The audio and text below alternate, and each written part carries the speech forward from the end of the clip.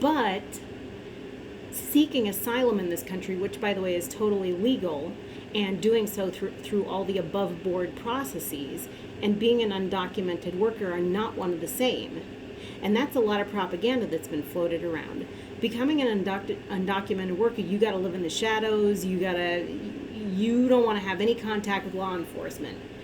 But for families or people seeking asylum, they've got your biometrics, they've got your everything. I mean, you're in constant surveillance and you're in constant contact with the police because you're going through the regular channels. So asylum seeking in this country is totally legal, and we forget that. And I forgot it for a split second too. Somebody just recently reminded me of it. So again, let's not confuse undocumented workers with people legally seeking asylum in this country, because they're pretty much under lock and key. They're pretty well kept tabs on. Actually, I've heard of corporations flying, and this is anecdotal, so I can't substantiate it, but I've heard of companies and corporations flying undocumented workers into this country to hire them for cheaper rates. So that's another thing too. But moving right along, I wanted to talk a little bit more about the claims of voter fraud, because I find them interesting, and it's been a day, so I'm recording this the very next day. This little cartoon here I'm showing because I think it's funny, although I think it's a little bit too close. It's just really, really funny. It's like how they said, count the votes, keep counting as long as Trump is winning, and then stop counting, or stop counting if he's winning and keep counting if he's losing. So that's just his little, again, it's his MO, it's like, well, if I'm losing, you gotta support me. If I'm winning, you gotta support me. But if the other guy's winning, you can't support him. Just the double standard. But what I wanted to talk about is another thing that was discovered in Nevada, and this is also kind of anecdotal, although I did hear it in Seth Meyers. So make of that what you will. You don't have to believe it. But Seth Meyers was saying that a lot of people were accusing Nevadans of having more vote than there were registered voters. And not only is there same-day voter registration there, but a lot of people who had military status had voted within the state of Nevada, but they had also been on leave. So, and I think that also had to do with resident counts. So I thought that was really strange. And then you've got the latest thing. I called him Hawthorne before. He's not Hawthorne. His last name is Hopkins.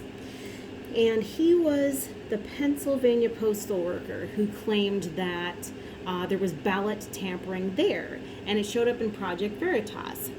But this is also not the same. This is also not the first time that Project Veritas has engaged in such a thing. So if you see here,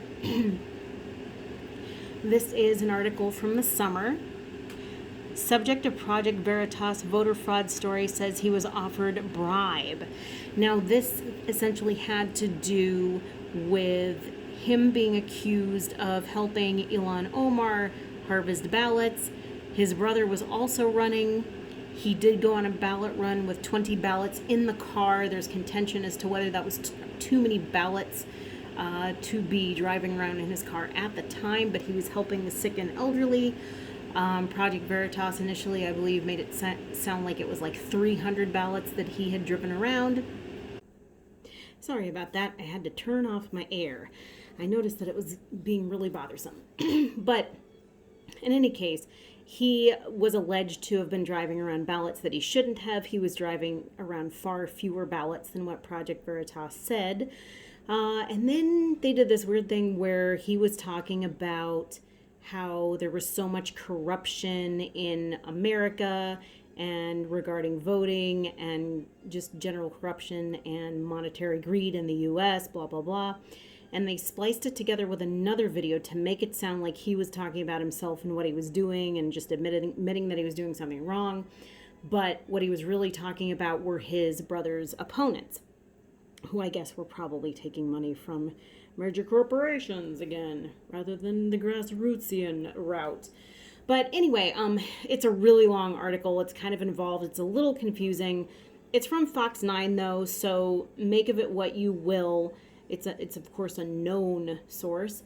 I'm not going to media bias fact check it because we know it.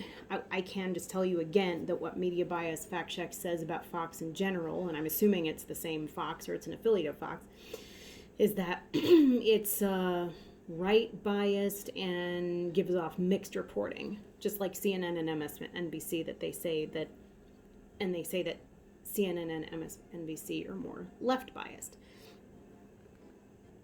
But the real thing I want to talk about, well, not the real thing, but the current thing that I want to talk about is the Hopkins allegations. And I know I called him Hawthorne before. Ugh, I'm so bad at names lately.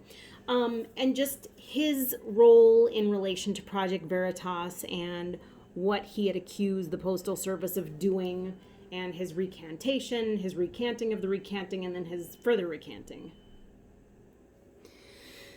So, allegedly, Hopkins was no exception in terms of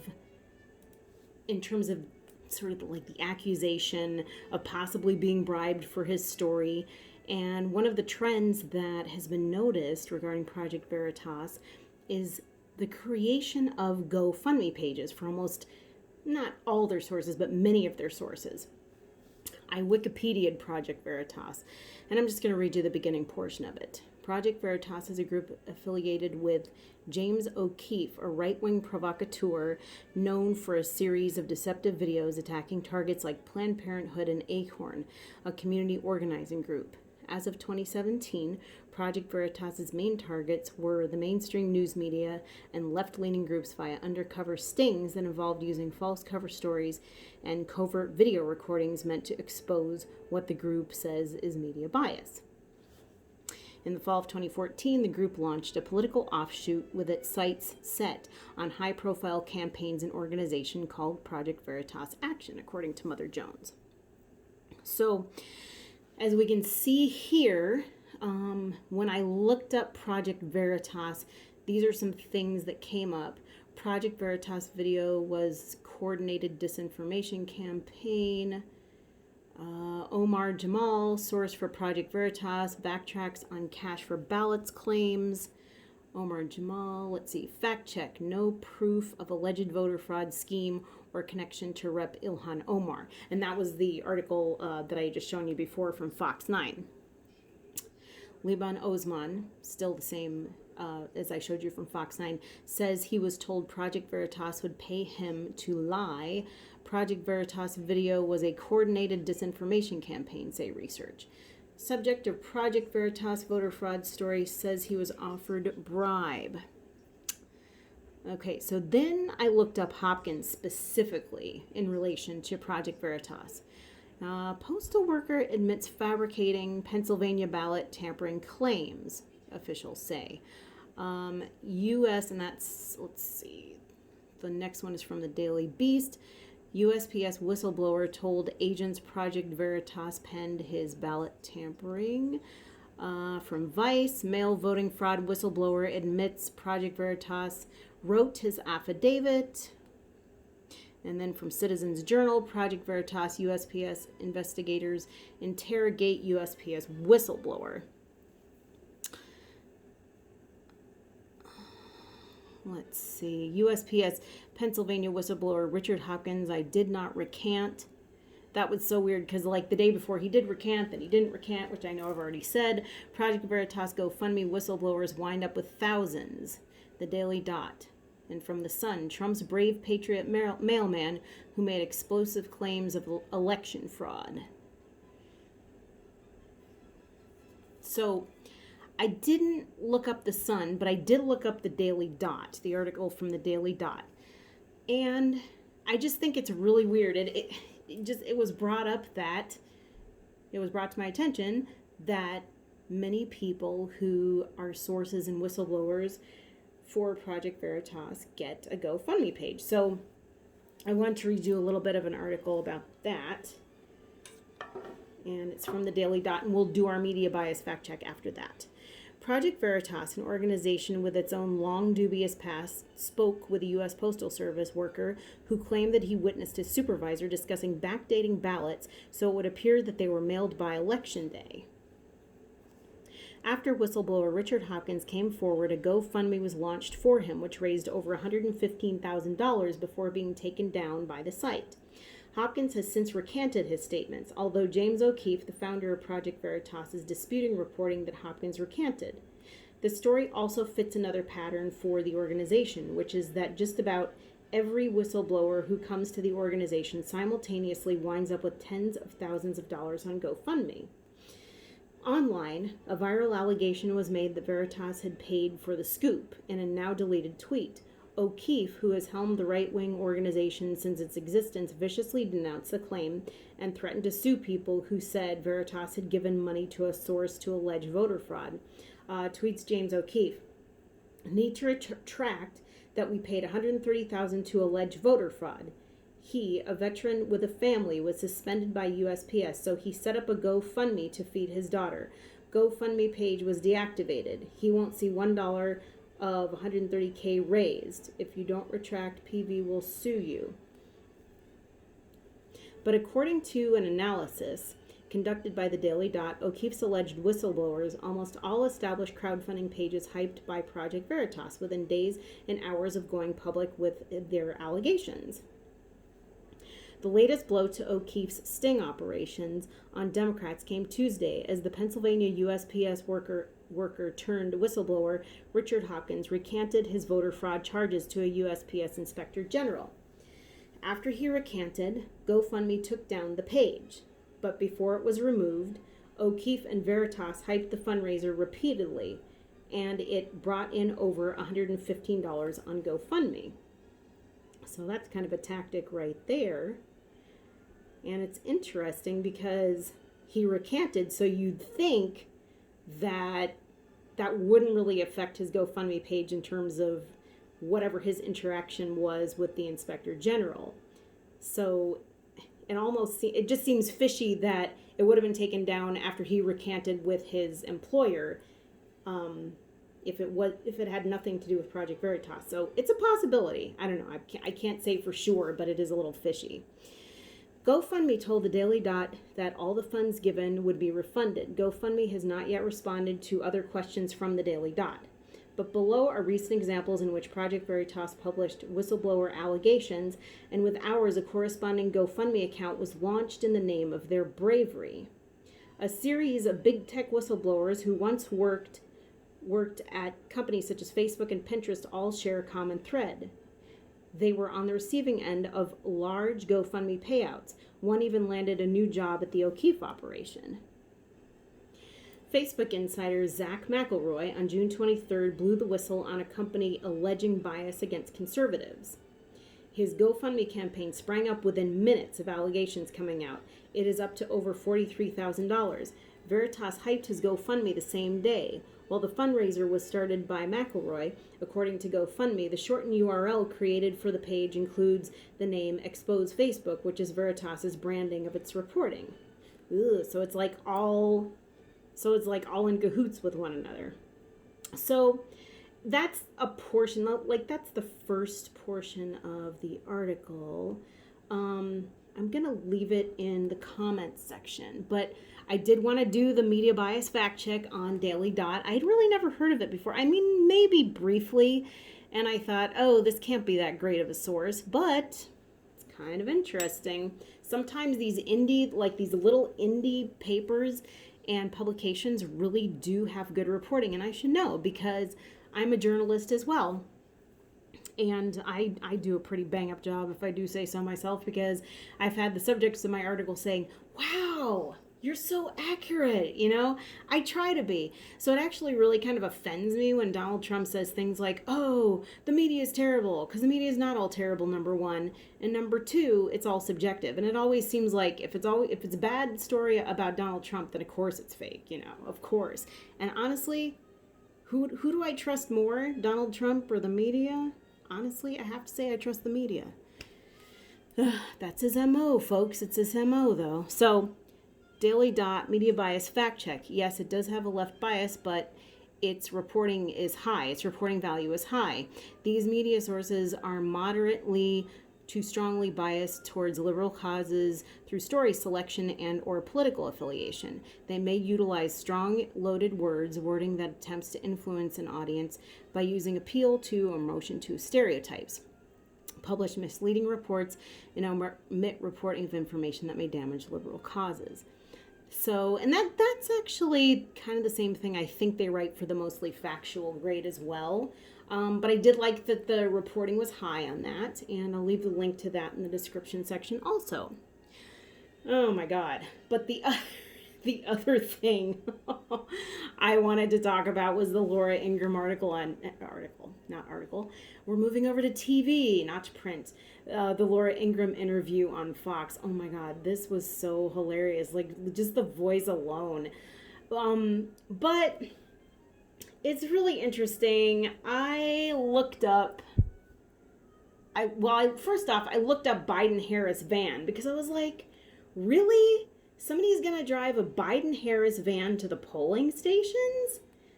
I thought everything was supposed to be impartial at polling stations. Like, you can't even wear politically messaging shirts or anything there. Like, if you have a candidate on a shirt, they'll be like, change and come back. They don't want you having political conversations in line, at least not in California. So that surprised me anyway. And so I looked up Biden-Harris van to see if I could find a picture of this type of van, of said so-called unicorn creature, the van. And I came up with pictures of Biden-Harris and then Van Jones. I want to call him Van Morrison. Yeah, it's Van Jones. Oh my gosh. But then I did find this picture. And it came from the publication Uncle Sam's Misguided Children. So that's an interesting little thing. Now, there's an indie publication if you ever saw one. And this has the story, or this elucidates more on the story pertaining to the interview that Laura Ingraham did. So, Nevada witness says Biden-Harris van unloaded boxes of ballots at counting center. Nevada witness. Okay, so we already saw that. Or I already read that. Sorry, I'm repeating myself. So let me read this article. All right. A Nevada witness says he watched as a Biden-Harris van pulled up to a counting center in Nevada to unload boxes of ballots, then attempted to shield their activity with a line of people. And it says, from the Washington Times, a witness claims to have seen a Biden-Harris van bringing ballots to a counting center in Nevada, according to the Trump campaign. Okay, so this person must have contacted the Trump campaign. That's interesting. It almost sounds like the Trump campaign contacted the Washington Times and probably contacted Fox too, because you know Laura Ingraham likes to talk to our Trumpinator-in-chief. The witness said he went for a walk. Actually, it was she. The witness said she went for a walk on her lunch break around the counting center and spotted a Biden-Harris van unloading boxes of ballots, said conservative activist Matt Schlapp at a press conference organized by the Trump campaign in Las Vegas. Oh, okay. So now it's a conference organized. Okay. In Las Vegas. Well, I guess if it was in Nevada. These people who were involved in this activity then decided to create a human shield around what they were doing in the van, said Mr. Schlapp. Except I thought it was outside the van, who is chairman of the American Conservative Union. The ballots were filled out and the envelopes were resealed, he said. Okay, so then Uncle Sam's Misguided Children continues to write, the Biden-Harris van caper is just the tip of the iceberg. But the mainstream media and quite a few fools in Congress, see, this is where it gets into editorializing, because you can tell it's not a totally unbiased publication.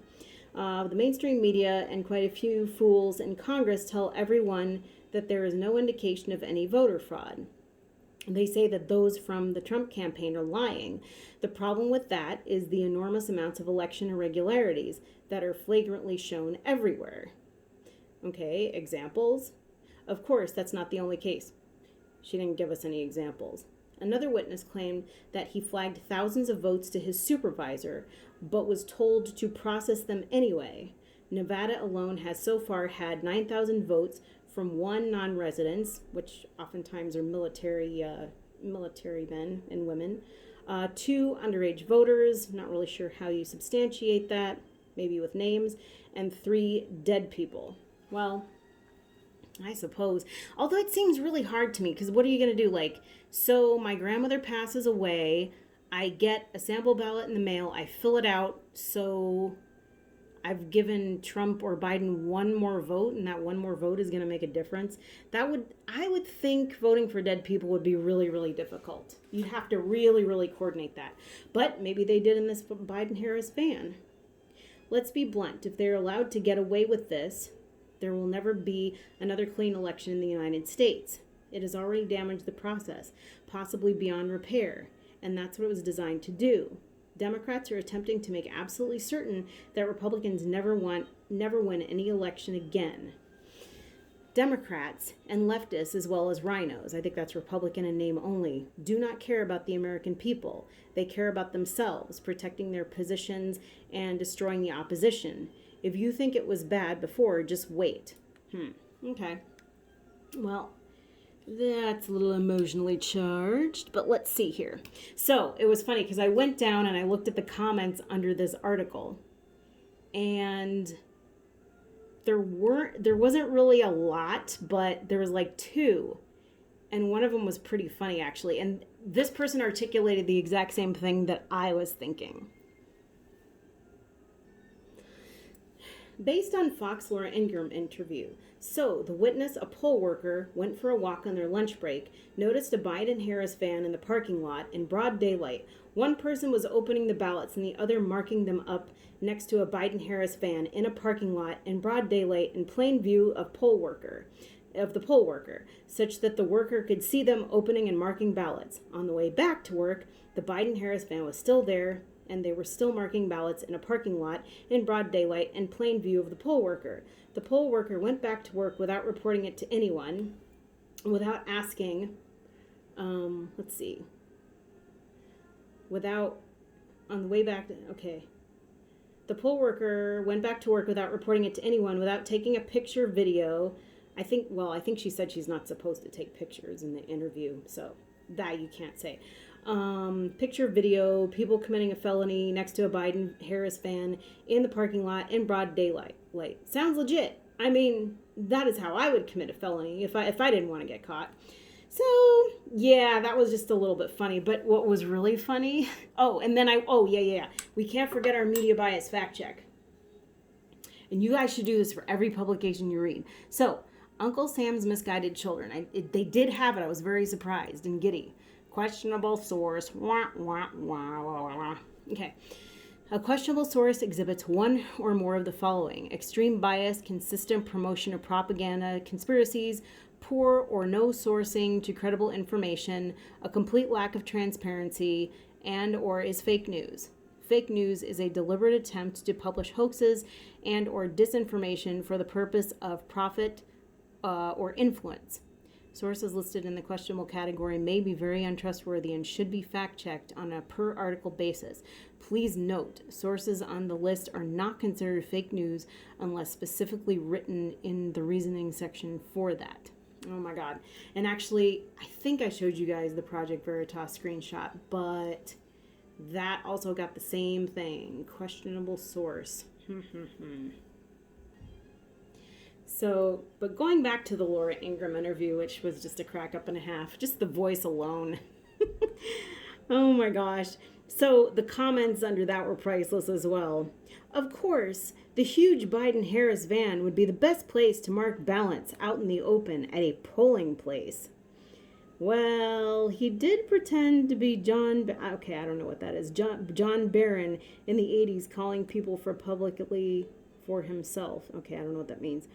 That is Donald Trump. Oh, Lordy, the hands moving, the cadence, that is Donald Trump. A lot of people were saying that the anonymous source in the video was Donald Trump. I don't think it sounded like Donald Trump, but it's pretty hilarious that they keep pushing that.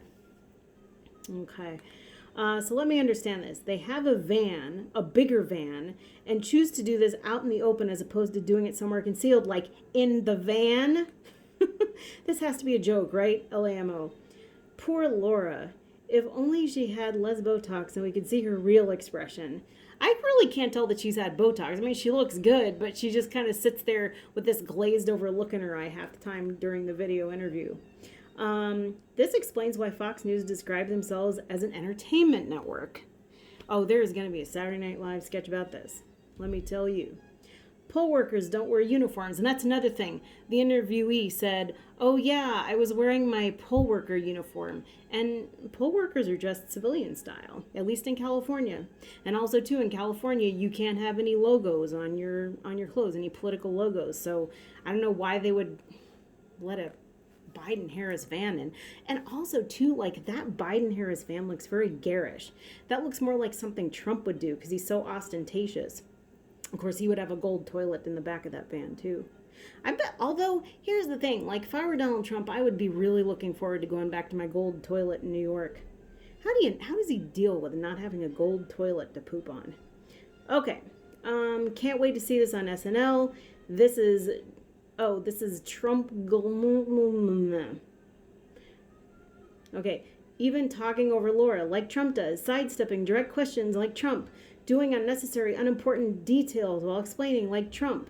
The silhouette even looks like Trump, with his hair sticking out. And I didn't think it looked like Trump. It's too skinny for Trump. But like whenever somebody like states a lot of details in their story that they don't need, that's always an indication, or almost always an indication, that it's a lie as well. This is hilarious. If you're going to fake a witness, teach them how somebody might actually commit fraud. Opening ballots in a parking lot next to a van with your candidate's name on it is not one of them. That's how a child might do it. Nobody actually believes this lunatic, do they? Okay. Is this real or is it an edit? LMAO, in the beginning, she said they were putting the ballots on the table. Then she says they didn't see her because they were using the van as a hard surface to mark the ballots. And that's another thing, like writing in pen on like a vertical surface, that doesn't work. We won't even get into the Biden van with a table and boxes set up outside a vote counting facility. You got to be a special kind of stupid to believe this.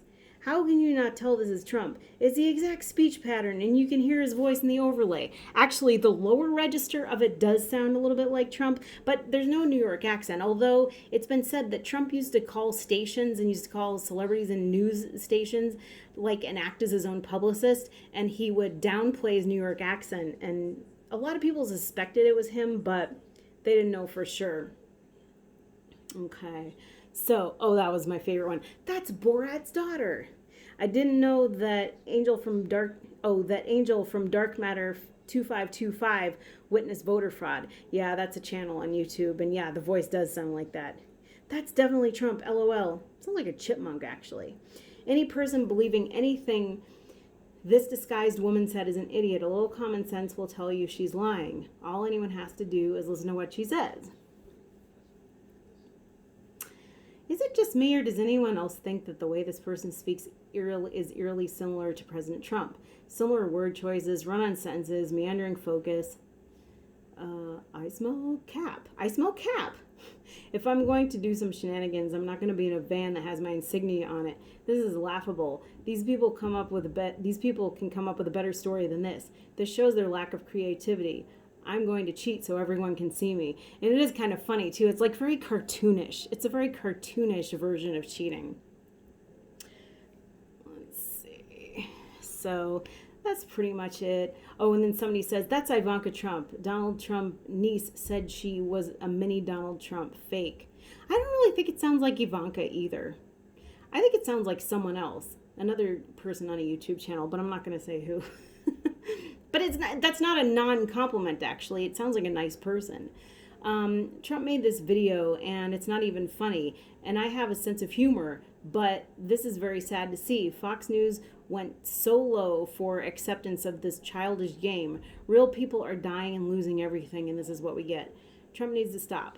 Either the poll worker was a phony and made up her story, and Fox News didn't check their sources, or some wacky Trump supporters tagged their van with Biden stickers and were marking, I could see that, because again, that Biden-Harris van looks like a garish Trump supporter's van or car. Fake ballots right outside a polling place. Only nutty Trump supporters would do that. And then and then somebody said, it's Pikachu. This is a bombshell. Who knew how rampant the voter fraud is in the USA? Okay. So that's that. And then lastly, I had a couple other observations. Lastly, the whole I always want to call her Comey. It's probably because of Comey. Amy Coney Barrett. Obviously it's hypocritical that the Republicans, right before Obama left office, were like, no, we don't need to, put in a new judge right now. We'll just wait for the new president. You can hold it to it later, and then they didn't. So they're total hypocrites for that. But then they put in Amy Coney Barrett, and at first I was just thinking, okay, well, they're just trying to stack the court in their favor, no big deal. But I didn't consider at the time, if you consider the 2000 election between Bush v. Gore, which was a little bit different of a scenario, but there was a lot of suspected shenanigans there, because I remember watching the returns, and I remember ABC called Florida for Gore, and then Fox called it for Bush. And Peter Jennings got really pissed. I remember Peter Jennings just looking really annoyed. And he's like, what do you mean Fox called it for Bush? So apparently then you had the dangling Chad, and the whole evening just was shot to hell. And we waited, I think, for a month to see what would happen. But I remember what happened at the time was that the Supreme Court, the final decision came down to the Supreme Court as to who was the winner. And what I registered at the time was one of the things that Al Gore was known for was his concern regarding the environment. Bush, on the other hand, was part of a big oil family. And again, this is what I always say, oil controls the world. Oil and big corporate interests control the world. So whether Bush won or not, and also, too, one of Bush's relatives, I think his cousin worked at Fox, so he might have pulled some strings. It was like a big old thing. For a long time, they were called the Bush crime family. But anyway, the vote was given to them. And then we got the Iraq war and all that other stuff, and it had some things to do with oil interests. But in any case, it was just really, really corrupt. So I worry because Donald Trump kept picking on Joe Biden, saying, Joe Biden's against fracking, this, that, or the other thing. And Joe Biden has said he would frack, but wants to put into place better safeguards for it, which he really can't do. I mean, fracking really fucks up the environment. And Joe Biden actually on his website actually said he was anti-fracking. So I almost wondered, it just dawned on me, oh my God, Trump stacked the court in his favor, so that if it looks like he's losing, and if it comes down to a final decision, if it comes to that, then they'll vote him in. So that was my own thought. I'm hoping it doesn't come to that, because, again, just what he has wrought with the environment is just so terrible. And a lot of people, and I know a lot of people, and I've said this in other videos before, the whole climate change denial movement. In my video before that, I think in my Trump and the Mandela Effect video, I said the Koch brothers are to blame for that, because John McCain and Joe Lieberman were going to put forth a climate change bill in 2008. The Koch brothers got wind of this, and they thwarted it, and they said, no, you're going to go on a climate change denial campaign. And they got to go where the money is. But for a while, Joe Lieberman and John McCain in particular, John McCain was called Captain Climate. And so the whole climate change denial thing is bogus, and I'm sure you can tell why I'm going to say this, because it benefits corporations. So again, just whatever rhetoric you come across in conspiracy theory videos or otherwise, just ask yourself who you think it benefits. So that was my thought on Amy Coney Barrett. This is a really hilarious picture, just comparing her to Handmaid's Tale. She's Amy Coney Barrett of Trump, or Amy Coney of Trump, Amy Coney Island. That's what I want to call her. And that's pretty much about it. The only other thing that I did want to say is that I heard on my centrist, somewhat right-leaning radio show this morning, because talk radio is mostly right-leaning, although I do enjoy it. That, oh my God, this van, I'm telling you, that is so tacky. It's just so tacky. If that's the van she saw, see, if that van really exists, I bet I would not put it past somebody on the Trump campaign to have designed this. Anyway, okay, so there was this military strategist, and he used to be in the military, and he's not anti-Trump. He actually heretofore was pro-Trump. I'm not sure what his feeling is now. He sounded a bit subdued this morning, but it was his theory that rather than stage a coup, the reason for all the turnover in the military right now that Trump is doing, which is still kind of a scary thing, he's like going into the military-industrial complex and changing things around to men who are even more yes-menier, is that what Trump wants to do is create a lot of agitation and upset in Iran so that when Joe Biden enters office, there's a big mess he has to deal with. So that was his theory. So the theory wasn't a coup, but it was that. And other people don't think that Trump's going to stage a coup, but it just does seem kind of funny considering that he has now about, 2 months, a little over 2 months left to be in office, and then he's doing all these shakeups. So it was all suspect. It was all interesting. A lot of things to ponder, and I guess that's about it. Again, like I said, I hope I didn't offend too many people, but I just had to get it off my chest and get it out there. Things are too weird. All right, that's about all. Peace out.